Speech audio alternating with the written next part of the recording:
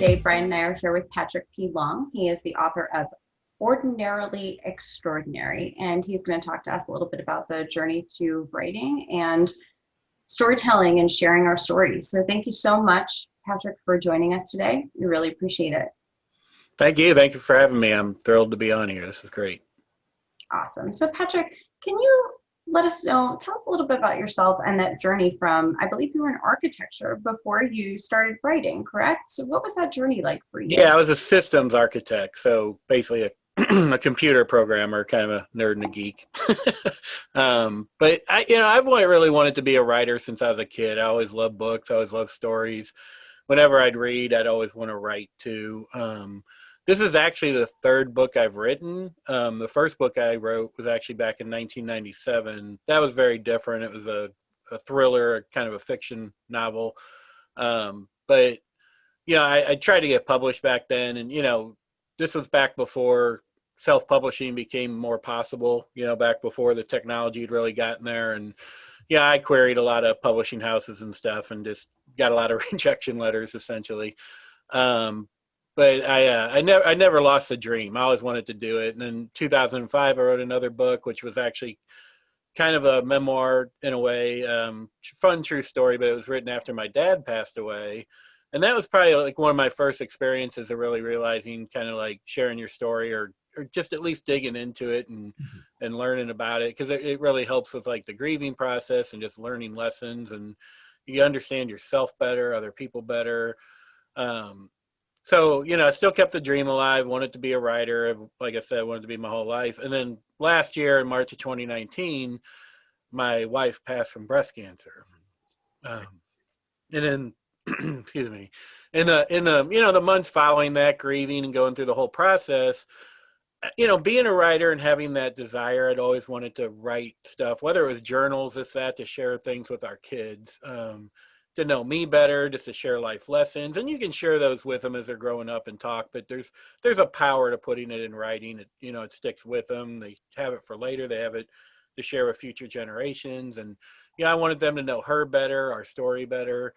And so I just felt more and more compelled in the months following. And it was really hard to get into it, obviously, because it was such an emotional thing, going through the grieving process and all that.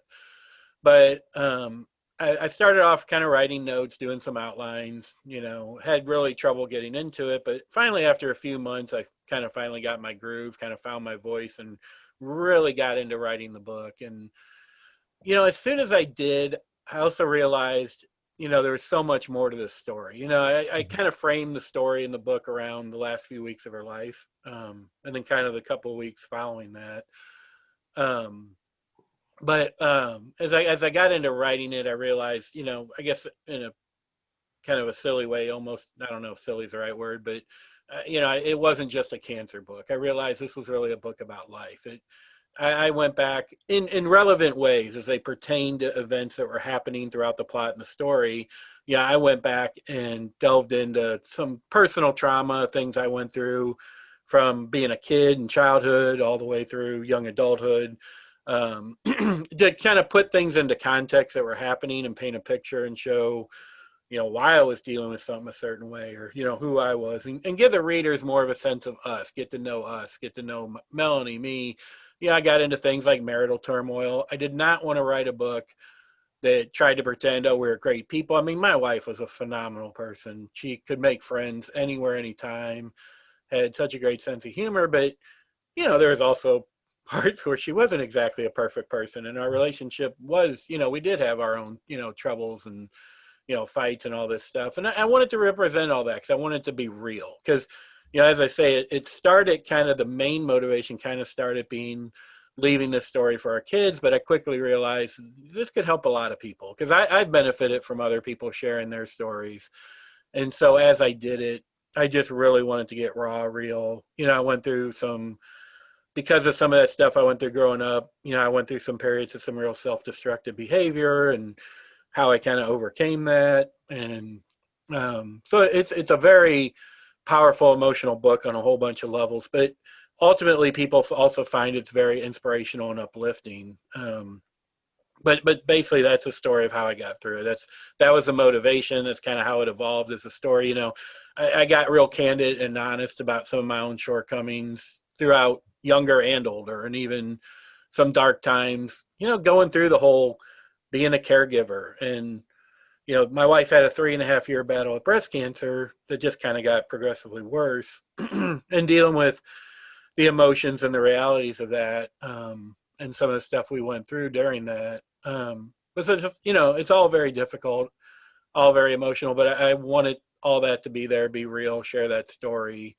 Um, yeah, basically that's it. Kind of a long-winded answer, but there you go.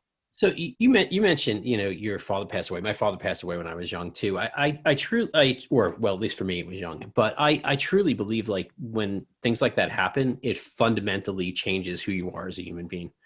And does it, yeah, does that, is that what sort of, I know you mentioned like the inspiration to sort of tell that story and share that story, but do you feel those things changed who you were, in some ways as you were going through that writing process? Oh, absolutely. I mean, I think almost from the moment it happened, it changed you. Even if I hadn't written it, it would have. I think writing it changed me even more because it makes you deal with things. The more you deal with things, it doesn't have to be through writing. I think Right. anywhere in life, I think, one of the things that's coming in aftermath of what's gone on with me is since I've done these things from that book and that time with my dad to now and this one, I've just seen the power of, I've heard other people use this phrase like reveal to heal. And I've heard it in different forms. I seem to be hearing it a lot more lately. maybe Right. because I'm in more of these spaces now. But the more you dig in and you be honest and you deal with your own feelings and your thoughts, the more you grow. And so yeah, back to that point with my dad. He died in 2005, and I was a little older at the time. I was in my 20s. But I was yeah, it almost instantly changed you. Writing the book changed me. I think some of the stories I shared as my family and some people read that book, it made us grow together. I think our family became, we had family issues, my siblings, our family, and I think we even came together. I saw everybody in the family kind of Right. grow up as a result of that, both the events and the book and everything else. Yeah, absolutely. I think those moments, they change you a lot, but it's also how you deal with it. And I think the more you deal with it, just true, honest, raw, the more it's going to change you for the better. So, Patrick, let's talk a little bit about that process of writing. I mean, it's hard enough for some writers to sit down and write to begin with. I mean, that's even people who have all of these ideas in their head. Now, you mentioned outline and writing something, and I wanted to kind of dive into that writing process a little bit and what that was like for you writing through grief. I mean, you're still in a grieving space. So, immediately following, what was that process like for you? How hard was it to really get pen to paper? Incredibly hard. Incredibly hard in almost every way. I mean, dealing with the emotions, first and foremost, of what happened with my wife, her passing, that alone, Mhm. dealing with going back and getting so real about myself, it scared me. And not only bringing up stuff that was like painful from the past, but I kind of shared, there's times you go through as a caregiver and have all that happening to you. Um, there's times that stress overwhelms you and you can have some really dark, selfish, bad thoughts. And I shared that as well. And I was terrified to share that. Because honestly, I just thought I was going to make myself look like a jerk in some of the things. Mhm. Some of the thoughts I had about our marriage and different things going on. I mean, you can probably tell the way I'm talking, it's still so emotional. It's almost hard to get through some of it. But it was hard on all those levels and more. And again, yeah, I was almost afraid I was just going to look like such a jerk in some of the things I thought and felt, and make her friends mad, my family mad, whoever. But the amazing thing about that, and then it was also, before I go to this point, the other thing about how hard it was just to do, just life situation too. I mean, yeah, you can get writer's block, for numerous reasons. You can Mhm. get, hard to get through stuff. I have 4 young kids to raise. We have 4 kids together, and yeah, I didn't have a lot of time to write. I'm still working my job. I have kids. I would get a sitter like once a week and just go up to like the library or somewhere, and get a few hours to write. So getting through it, not having just time to sit there and work all day, like a full-time job, that made it harder too. And then I got in a few places where I got into, really emotional parts of it where I literally go a few weeks without touching it. And then I'd just be sitting there berating myself because Right. I I want to wasn't stop getting you to there it. because And that's then, really I finally, important. and, I guess the trick, the best way to get through it is just to keep writing. I mean, even if you're not in that place, once in a while you got to take a break from it. But even if you're not in that place and you're not feeling it, write anyway, just because something's going to come out. And you can always edit, you can always throw stuff out. Some of the hard parts I dealt with, I actually deleted. Some of the parts I thought were going to make me look bad, I actually deleted 2, 3 times because I was so scared. And then I went back and rewrote them. So I'm like, no, that does need to be in there. Mhm. So yeah, I mean but the amazing thing about it, the kind of that final thought on that part is the parts that scared me the most to share have been the parts that have resonated with people the most. And Mhm. it's amazing. Not what I expected at all. That the parts I thought people might be mad about or just looking at me like an ass or whatever are actually the parts that people are like thanking me for writing. People are like, I'm glad I'm not the only one who thinks that way. And that's the power of sharing our stories right there. That's what, it helps other people. And, which now makes me so glad I did it. Well, you pointed out two very important things there. And I think the fact that you dedicated time, I mean, raising 4 children, working and grieving, and I mean, I have only one child, but when he's going through something, I'm trying to make him feel better. So now you're trying to be a support for those children also. But you carved out time Mhm. to go write. It basically gives nobody any excuse as to why they can't be writing what they want to write. I mean, that right there is pretty powerful.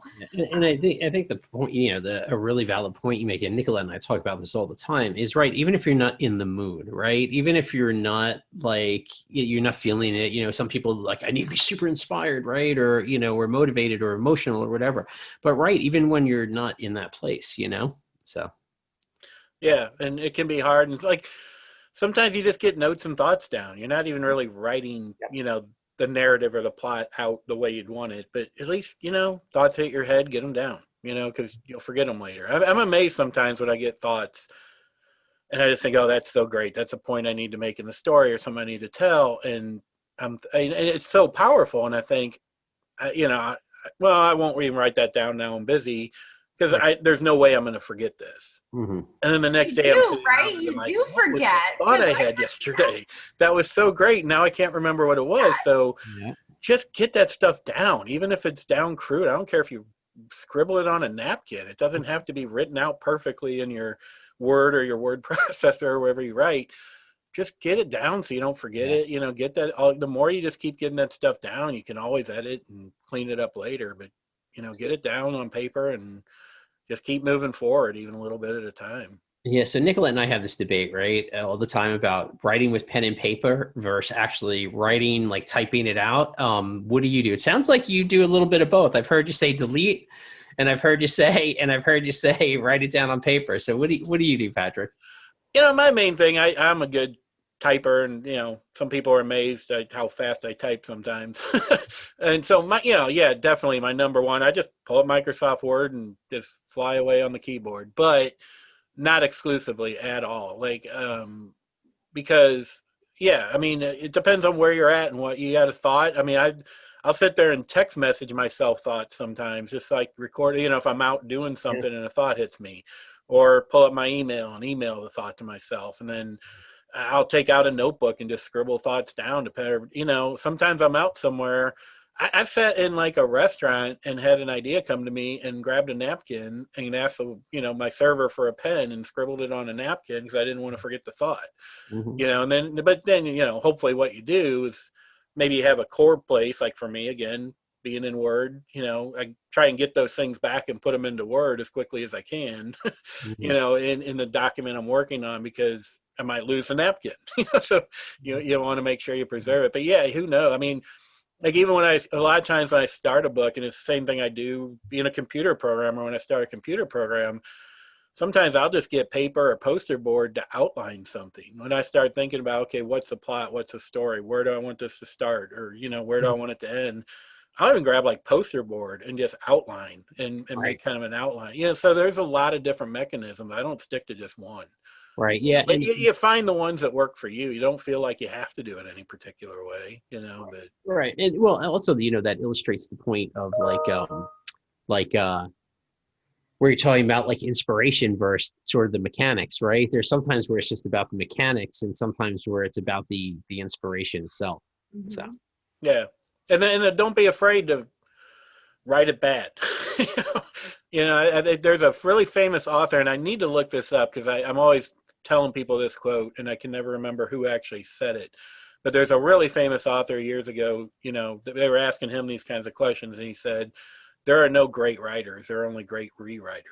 I mean, you get thoughts down. It's all about that for me, that's part of the point where it gets the toughest is to get the book out was rounds and rounds of editing. Even when it was a point you could say it was done, Right. and it was in a decent format. I mean, I had two different editors. I had kind of more creative one and then a more technical one. Mm-hmm.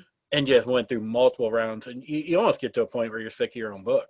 It's like, I'm tired of reading this thing, man. I got to read this thing again, But that's the process if you're committed to it. That's the things you do. So you don't worry about getting it all right and perfect the first time. Mm-hmm. Just get the ideas and thoughts down and clean them up later. Right. Did you ever feel like you wanted to change the book as you were editing? I feel like I'll do something and I'll think it's great. And then I come back and I'm like, oh, I want to fix this. I want to fix this. This doesn't make sense anymore. How do you keep from messing up what you already got? All that. Yeah, I do the exact same thing. I mean, I had even near the end of the edit, like the story's very much, it's a true story. It's a memoir, but it reads almost like a fictional novel. It's literary. It's not. It's a plot. It's it's driven that way. It's not like it's nonfiction, but it's not like a self-help book. It's a story, right? So I had a point towards the end where honestly I was kind of like almost rambling about just my community and people around us. And I talked to one of the editors about it, and my own brother had read it, and he was like, you kind of lost me there because I was just kind of zoning out. And I'm like, well, that's a point where it's not a story. And learning. And I literally cut out 14 straight pages of just rambling, going on because it really wasn't driving the plot, the story, where the book was going. And it's great stuff. It's stuff I want to say. I wanted to say. I still kind of do in a way, but it wasn't. Within that book, it wasn't the time and the place. So yeah, you'll go through and there's scenes you really like, or things you're writing, points you're making that you really like, but when you step back, sometimes you realize this just isn't the time and place to say it. And I cut stuff out, I added stuff in, I moved stuff around it. There was another thing where I had this kind of flashback or backstory, whatever you want to call it, that was like 3/4 of the way through the book. And I realized that, in like the second round of editing, that really needs to be said earlier so people understand the context. And I took that whole section and moved it up towards the very beginning, not the very beginning, but very much closer to the beginning of the book in like chapter 2 or 3 instead of chapter 9. So yeah, you're constantly, but then there's also that point of not being a perfectionist. Like, if I were to rewrite this book and start it today, only a year later, it would probably read very differently because no matter what you do, your story's always changing, your perspective's always changing. There's no one right or wrong way to do it. You can get caught up in almost that perfectionist. There's a point where you just say, this is the story though, regardless of whether maybe I could have said this a different way or that different way, I still got the story. And there's a point where you just kind of have to give it up or you're never going to get it done, if that makes sense. And I think one of the things you point out too is after you think it's complete, sometimes there's parts where you're like, oh, that's not going to make sense to a reader, or you have, whoever, like a peer read it, or it's editing. And it's like in your mind, it's clear sometimes how you got from point A to point B, but for other people, it's not. And sometimes, I know with myself, like even my own writing, sometimes I'm going back in and adding like another chapter in, or do you know what I mean? Like a connective piece. So. Yeah, totally. I mean, that's where, that's why you need really good editors, both professional editors and maybe in like, depending on the type of book, maybe even like friends, family, or somebody, if you're writing even, maybe more of a self-help book or a, industry book, so to speak, you might want professionals in the industry. And those things are hard to do because no matter what, no matter how professional you consider yourself and open, it's hard to get criticism sometimes, even when it's constructive. Somebody tells you, this part of your book's just not good or clear. Sometimes it can hurt a little because maybe that part was really special to you. But that's where it's important to, that's a tough thing for a writer. I think probably for anybody, but for a writer to see this book you've written, this is your baby, this is your thing. I hear somebody's just cutting it up, But in the end, it makes it better and it makes you better. And it's a good process to go through because, typically I found, you get good editors, good professional editors, they're right usually when they tell you that stuff. And sometimes they're not. Once in a while, you even got to look at something they do.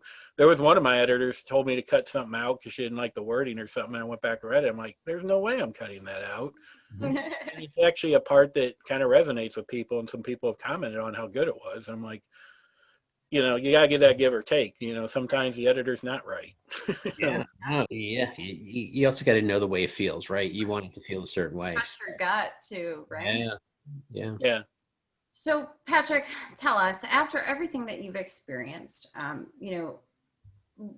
would love to leave viewers with some recommendations, but also, what do you want to leave? What do you want to impart on them? What do you want them to know about, overcoming pain and grief and using writing as a tool to do so? You mean for readers or for other writers or both? Both. Yeah.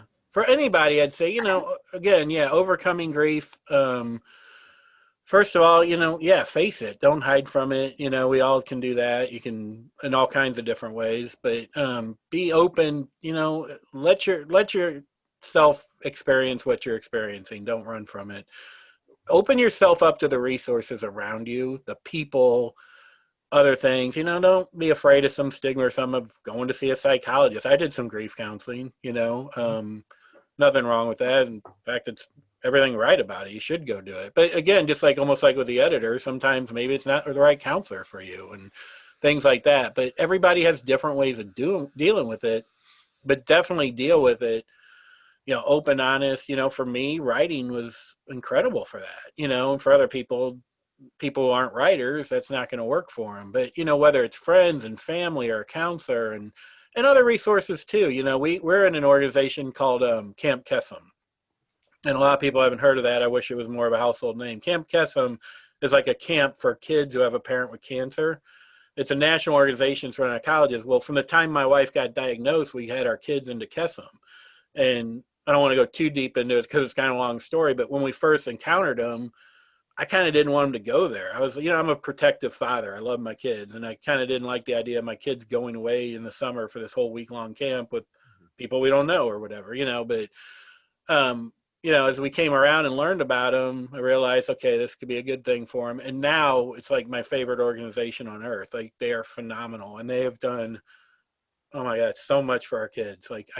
There's zero doubt in my mind that my kids have handled this whole endeavor, this whole ordeal 1,000 times better because of them. And the point is not just sell them specifically, but the point is there are resources all around you. Find them, utilize them, be open to them, so open yourself up, deal with it, honestly, candidly. Sometimes the things that scare you the most in yourself and your own thoughts are the things that can most empower you if you actually let them out and share them and deal with them and be open to other people's stories too. Even since I've published this book, I've had great feedback on it, and people, what ends up happening is people share their stories with me.